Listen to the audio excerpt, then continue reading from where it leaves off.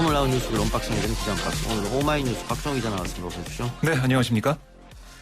이른바 검언 유착국 사건을 서울중앙지검이 자체적으로 수사하게 됐습니다. 네. 결국 추미애 법무부 장관의 수사 지휘를 윤석열 총장이 받았다 이렇게 보면 되겠네요.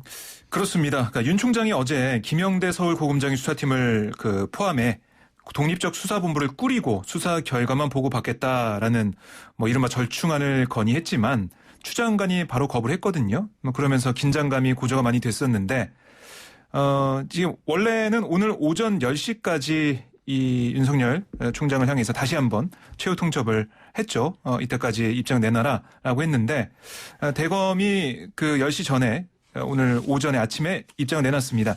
수사지휘권 상실 상태가 이미 발생해 결과적으로 서울중앙지검이 자체 수사하게 됐다라는 입장을 내놨는데 이에 대해 추 장관은 장관의 지시에 따라 수사 공정성 회복을 위해 검찰총장 스스로 지휘를 회피하고 수사팀이 독립적으로 수사할 수 있도록 결정한 건 공정한 수사를 바라는 국민의 바람에 부합하는 것이다 라고 밝혔습니다. 윤 총장이 장관의 수사지휘를 수용하는 명시적 언급은 없었지만 장관의 수사지휘로 해당 사건에 대한 검찰총장의 지휘권이 이미 상실된 상태다라는 대검 발표 내용이 장관 지휘를 받아들인 걸로 이렇게 받아들이고 이렇게 어떻게 보면은 이 파국을 하는 걸 막았다 이렇게 볼 수가 있겠습니다. 예. 자, 파국은 막았다 이런 표현을 쓰셨는데 자 그러면 중요한 건 앞으로 수사는 어떻게 되느냐. 일단 수사팀은 어느 정도 수사 윤곽은 지금 드러났다 이렇게 얘기를 하고 있더라고요. 그렇습니다. 이 검사 이 내부 통신망에 올라왔었죠. 지금 실체적 진실에 접근했다 이런 취지의 내용이 올라왔었는데 이제 구속영장 청구나 기소 여부 같은 것도 이성윤 서울중앙지검장, 이정현 1차장, 정진우 형사 1부장으로 이어지는 기존 지휘 라인에서 독자적으로 판단할 수 있게 됐습니다. 그래서 중앙지검은 조만간 핵심 피의자죠. 이동재 전 채널A 기자에 대한 구속영장을 청구할 것으로 보이고요. 수사팀이 지난달 윤 총장이 수사지휘를 일임한 대검 부장회의에 이 기자에 대한 구속영장 청구 방침을 보고했지만 강요 미수혐의 성립 여부를 두고 부장들의 의견이 엇갈리면서 실제 영장 청구가 이루어지지 않았습니다. 근데 이 부분이 아마 수사팀이 다시 한번 영장 청구하겠다라고 얘기할 것으로 보이고요. 또 한동훈 검사장에 대한 소환 조사도 조만간 진행될 것으로 보이는데요. 수사팀은 지난달 초에 한 검사장을 피의자 신분으로 전환했고 이 한 검사장의 휴대전화를 압수수색했습니다. 수사팀은 이 기자가 이철 전 밸류 인베스트 코리아 대표를 상대로 강압적인 취재를 한 배후에 한 검사장과의 공모 또는 교감이 있었던 것을 의심하고 있거든요. 그래서 법조계에서 얘기하는 건 공범으로 지목된 이 기자에 대한 구속 청구 방침을 굳힌 만큼 정권을 위임받은 수사팀이 추가 조사를 한 다음에 한동훈 검사장에 대한 신병 확보에도 나설 가능성이 있다. 이런 전망을 내놓고 있습니다. 예. 이동재 기자 같은 경우에는 구속 수사하겠다는 게 수사팀의 생각이었는데 그렇습니다. 대검에서 그걸 막았지 않습니까? 맞습니다. 이제는 그러면은 총장은 결과만 보고 받으니까 그렇습니다. 수사팀이 구속 수사를 할 생각이면 또 그렇게 하겠네요. 네, 그렇게 진행될 걸로 보이고요. 독립적이고 공정하게 수사할 것으로 보입니다. 알겠습니다. 자, 코로나19 상황도 설명해 주시죠. 네, 코로나19가 지금 방문 판매 업체, 교회, 요양원, 기존의 집단 감염 시설을 넘어서요. 아파트나 헬스장, 성당, 고시학원, 사우나 이런 우리 일상 곳곳에 파고들고 있다라는 방역당국의 설명이 나오고 있는데 어제 광주 고시학원에서 6명이 새로 감염됐습니다. 그리고 광주 방문 판매 집단 감염 사례와 관련해서는 현재까지 교회, 요양원, 여행 모임, 사우나 이렇게 총 8개 시설 또는 모임에서 확진자가 나왔는데 고위험 시설이 아닌 사우나에서 발생한 확진자가 5명이에요. 예. 이것도 좀 위험해 보이고요. 수도권에서도 아파트, 헬스장, 성당 여기서 확진자가 계속 나오고 있습니다. 예. 서훈 국가안보실장과 비건 미국 국무부 부장관이 청와대에서 만났습니다. 어떤 이야기들 오고 갔습니까? 네, 오전 10시부터 1시간 10분 동안 접견이 이루어졌는데 최근에 북한 동향에 대한 분석 공유와 함께 한반도 평화 프로세스 진전 방안에 대한 의견 교환이 있었다라고 청와대가 브리핑을 했습니다. 서 실장은 특히 비건 부장관이 북미 대화 재개에 전념하고 있다는 점을 높이 평가하고 이런 노력을 지속해달라고 당부를 했고요.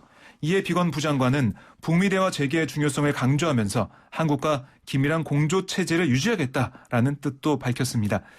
근데 사실 좀 구체적으로 서 실장이 국제사회 대북 제재와 무관한 남북 협력 사업의 필요성을 언급할 거다라는 관측이 나왔어요. 근데 청와대는 이걸 얘기했는지 어떤 얘기가 있었는지는 브리핑하지 않고 있습니다. 예.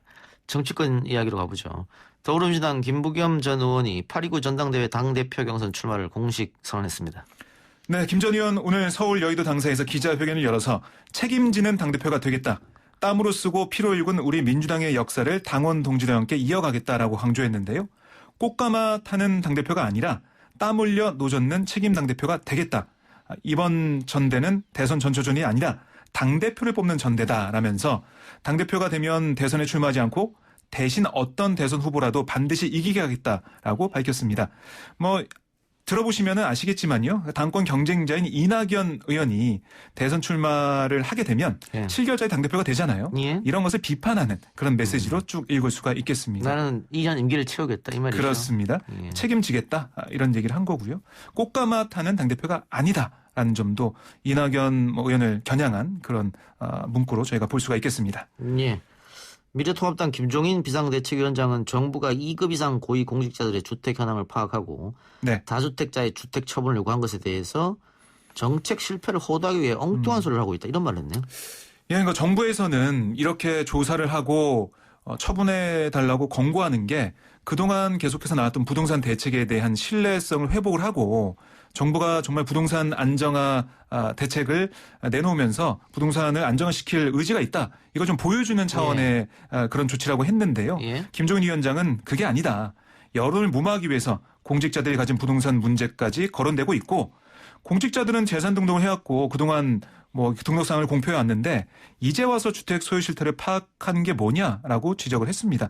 그러니까 이 정부가 부동산 정책이라는 것을 수행하긴 했는지 의심하지 않을 수 없다. 최근 사태를 보면 속수무책인 상황까지 왔다라고 얘기를 했고요.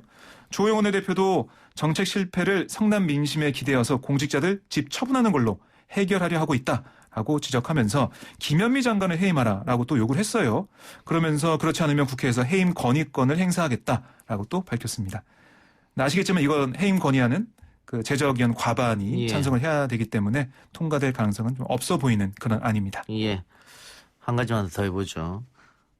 조직 폭력배 출신이 대표인 기업으로부터 차량 편의를 불법으로 받은 혐의 1심과 2심이 결과가 달랐습니다. 그렇습니다. 은수미 성남시장 1심은 90만 원 벌금, 2심은 300만 원 벌금. 네. 100만 원이 넘어가게 되면 그때부터는 당선 무효니까. 그렇습니다. 선거법상에. 네. 그래서 2심에서 300만 원이 나왔기 때문에 당선 무효 위기에 놓였는데 대법원에서 파기를 했네요. 네, 대법원이 오늘 한 얘기를 보면 그러니까 정치자금법 위반 혐의로 기소된 은 시장의 상고심을 통해 보면 벌금 300만 원 선고한 원심을 깼습니다. 또 사건을 수원 고법으로 돌려보냈는데요. 재판부는 은 씨의 은 시장의 정치자금 수수에 관한 원심 판단을 대부분 인용했습니다. 예. 그런데 문제가 있었던 것이 있었죠. 예. 바로 검사의 항소장이었습니다. 예. 그러니까 재판부는 원심에서 검사가 항소장에 단순히 양형 부당이라고만 항소유를 적고 구체적인 내용을 기재하지 않은 점을 문제 삼았는데요. 항소유를 구체적으로 명시하도록 한 형사소송규칙 제155조를 위반했다는 겁니다. 그러니까 검사의 항소장이 적법하지 않았기 때문에 2심은 1심 판결의 양형이 부당한지를 심리할 수 없었다는 거고요. 그럼에도 1심보다 무거운 형을 선고한 2심 판결은 피고인만 항소한 재판에서 불리한 선고를 하지 못하도록 한 불이익 변경 금지 원칙에 반해서 위법하다 이렇게 본 거예요. 예. 그러니까 검사의 양형 부당 항소 사유는 판사의 직권 심판 대상에 해당하지도 않는 점도 파기환송 판결의 근거가 됐습니다. 그러니까 검사가 잘못 쓴 항소장이 은수미 시장을 살렸다. 이렇게 예. 볼 수도 있겠죠. 그러니까 1심에서 90만 원이 선고됐는데 검찰에서 항소를 하면서 이거 양형이 좀 부당하다. 더 올려야 됐던 거 아니냐. 네. 구체적으로 쓰지 않고 양형 부당 이렇게 써서 올렸는데 그렇습니다. 그걸로 재판하는 것 자체가 잘못됐는데 2심이 맞습니다. 300만 원으로 올려친 것은 그 재판도 잘못된 것이다. 그렇습니다. 그래서 이거 볼 필요도 없다 이렇게 됐네요. 네. 그러니까 검사가 이 항소유를 적었다면 어떻게 될지 모르겠지만은 어쨌든 양형 부당이라고만 적어서 예. 이게 계속해서 발목을 잡은 거고요. 이렇게 됨으로써 파기환송심도 보면 1심에서 선고한 벌금 90만 원보다 무거운 형을 판결할 수 없습니다. 예. 그러니까 피고한테 불리할 수 없으니까. 그렇습니다. 예. 은수미 시장이 계속해서 시장직을 유지할 수 있게 된 거고요. 은수미 시장은 대법원 판결 직후 페이스북에 재판부에 감사하다. 좌고 우면하지 않고 시정에 전념하겠다라고 밝혔습니다. 예. 그 정치인 관련된 재판에서 이런 경우는 또 처음 보는 것 같네요. 저도 여러 가지 재판 결과를 봤지만 이런 경우는 저도 처음입니다. 알겠습니다. 오늘 기자 언박싱 여기까지 하죠. 지금까지 오마이뉴스 박정 기자였습니다. 네, 고맙습니다.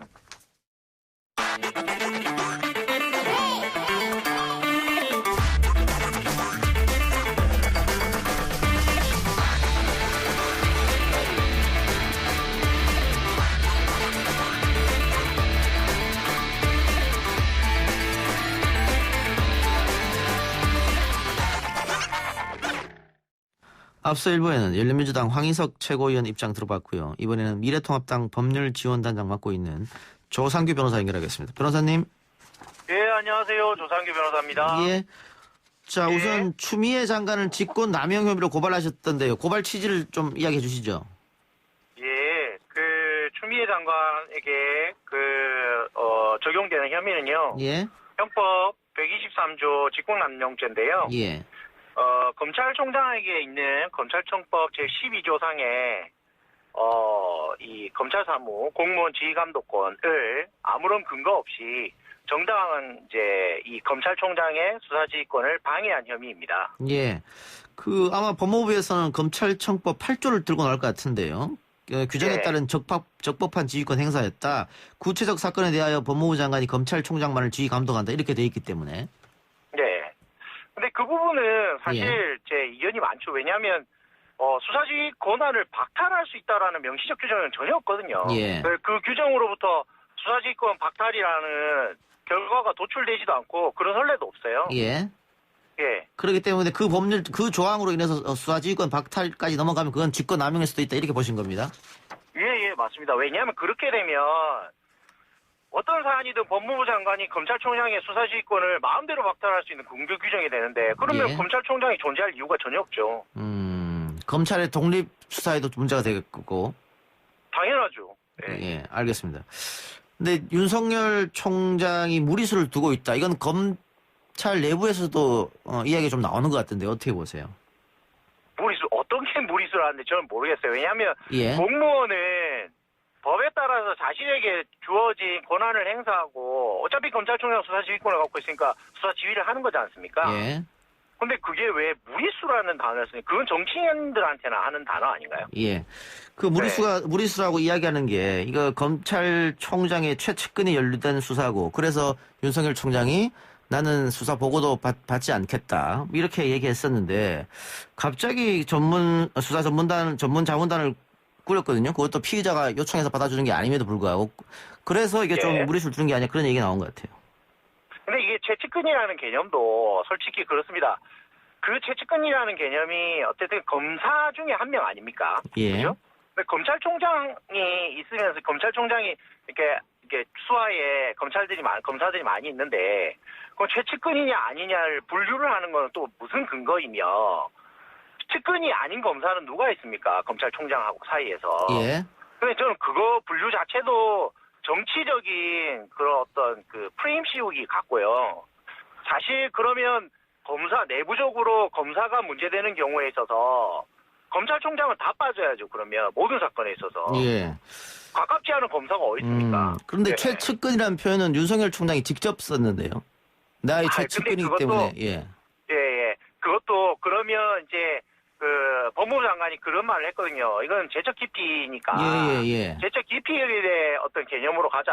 이런 말을 했거든요. 예. 예.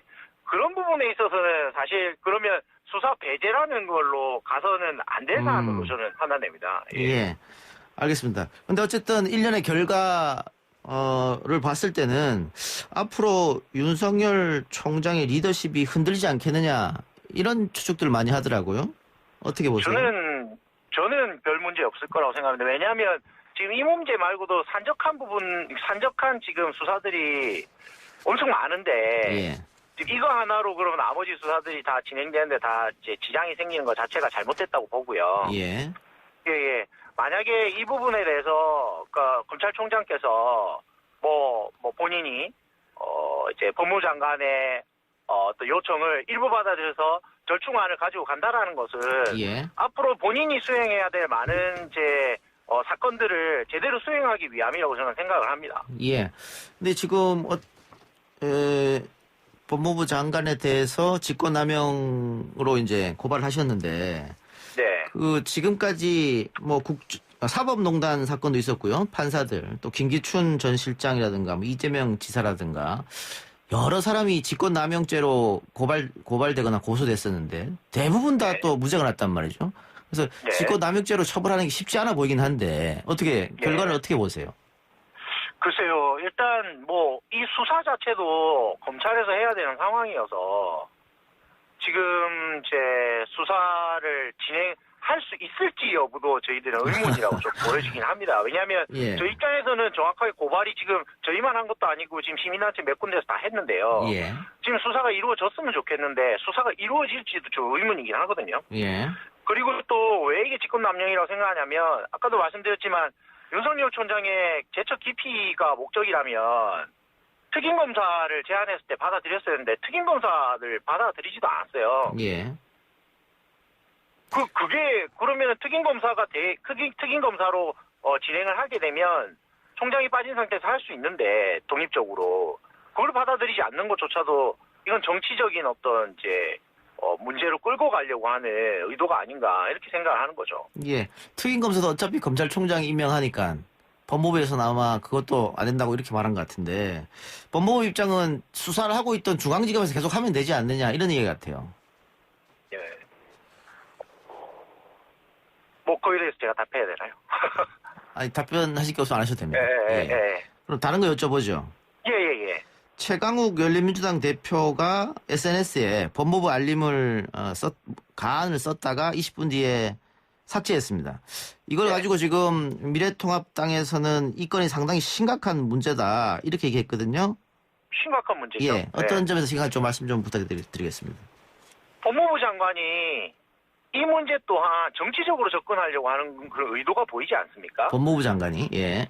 왜냐하면 그러면 의견을 내라면 자기 명의에 그러니까 법무부 명의의 의견이 나가려면 그건 나가고 나서 정치인들이 그에 따른 의견을 내는 것이고 정치적인 판단을 하는 것인데 그걸 미리 흘렸다? 그거는 이 사건 자체를 정치인들을 통해 가지고 정치 사건화하려고 하는 것밖에 그 의도밖에는 뭐가 다른 게 있겠습니까? 그래서 이게 장관이 검찰총장을 상대로 뭔가 정치 싸움을 하는 게 아닌가 이렇게밖에 안 보이거든요. 예. 그래서 그 문제가 좀 있다. 정치적 사안을 몰고 가는 거에서. 예. 최강욱 대표의 해명은 일단 SNS에 있는 글을 자신이 복사해서 자신의 SNS에 올렸다. 이렇게 얘기하던데요. 그러니까 법무부에서 알림을 보내고 시간이 꽤 지난 후에 올렸다. 이렇게 얘기하던데. 그거는 정확하게 사실관계를 확인해 봐야 되겠지만 예. 만약에 그렇게 진행됐으면 이게 문제화가 되겠습니까? 그 전에 법무부가 그걸 알리기도 전에 오픈이 됐으니까 문제가 된 거예요. 갔을 것이다 미리. 그러니까 문제가 되는 거죠. 예. 당연히 누구라도 다 알림을 받은 상태에서 최강욱 대표가 그걸 SNS에 올렸는데 누가 문제 삼겠습니까? 예. 그 시간으로는 법무부가 알림을 보낸 다음에 올리긴 했는데 지금 문제는 법무부의 공식 알림에 있는 내용하고는 다른 게 올라갔기 때문에 그래서 예. 문제가 된 것 같아요. 소위 말하는 뭐 가안이라고 하죠. 공식적인 안이 아니고. 그러니까. 그래서 문제가 된 것 같습니다. 내부적으로 정보를 계속적으로 법무부에서 흘리고 있다는 거잖아요. 예. 그게 문제인 거죠. 예. 알겠습니다. 또 하나. 미래통합당이 지금 법사위를 소집해서 윤석열 총장을 부르자 이런 얘기를 했는데 이건 아마 법사위 회의에 미래통합당 의원들이 참석하지 않았을 때 민주당만의 단독으로 법사위 소집해서 열린민주당과 함께 그렇게 해서 법무부 장관을 불러서 자신들의 입맛에 맞게 법사위를 운영했다. 그러니까 우리도 윤석열 총장을 부르자 이런 얘기 같은데 맞습니까? 네, 그런 것 같습니다. 예. 근데 민주당에서 만일 반대를 하면 실질적으로 윤석열 총장을 부르기가 쉽지 않을 텐데요. 예, 그런 부분이 있을 수는 있지만 예. 그 민주당에서 이야기하는 건 이거는 그러니까 전례 없는 일이다. 예. 그러니까 이거 왜 이렇게 진행을 하냐라는 게 반응이거든요. 예. 그러니까 전례가 없다라는 거예요. 예. 근데 저희 입장에서는 법사위를 여당이 갖고 간 거가 전례가 있냐라는 거죠. 32년 동안. 예. 그러니까 저희 입장에서는 지금 전례가 있고 없고의 문제는 아니고 예. 당사자를 불러서 그걸 물어보고 그 사실관계를 확인하는 게 당연히 필요한 일 아닙니까? 필요하면 하는 거지 전례가 있고 없고의 문제는 아니라고 생각합니다. 예. 이거는 만일 그러니까 민주당이 논의해서 응한다면은 법사위를 소집해서 윤석열 총장을 부르겠다. 이건 확고한 이야기네요. 네네. 알겠습니다. 자, 변호사님 그럼 오늘 인터뷰 여기까지만 듣겠습니다. 감사합니다. 예, 고맙습니다. 문자로 197 하나님께서 이동의 뉴스 정면 승부 너무 재밌습니다. 작가님이 재미있게 시사 진행을 이렇게 할 수 있는 겁니까? 이러다가 동시간대 청취율 1위 하면 어떻게 책임질 건가요? 멋지고 유머스러운 이동영 작가님 파이팅 해주셨는데 고맙습니다. 현재 라디오 청취율 조사 기간이죠. 02로 시작되는 번호가 오면 받아주셔서 어제 어떤 라디오를 들었냐 이런 질문을 받으면 YTN 라디오 이동의 뉴스 정면 승부 5시 10분부터 7시까지 들었다 이렇게 말씀해 주시면 대단히 감사하겠습니다. 또 주변에 YTN 라디오 이동의 뉴스 정면 승부 청취 권유하신 분들 계시면 혹시 방송 중에 권유하셨다고 문자 보내주시기 바랍니다. 그러면 커피 쿠폰 추첨해서 선물로 우리 제작진이 드린다고 합니다.